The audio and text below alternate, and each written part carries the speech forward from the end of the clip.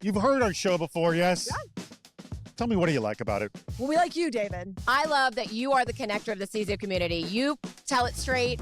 People love you. They trust you. You're a trusted advisor. I think you're in a position of having been in the industry for long enough to see patterns and give people decent tips and tricks. You're relatable. You make it relatable. Here's the thing I always have to point out to people. I am not a security professional. I got to point that out. I'm a journalist. I'm a producer. You're the connector that brings us all here, and you're an influencer, and that's why we love you. You bring fun to the space that almost no one else does.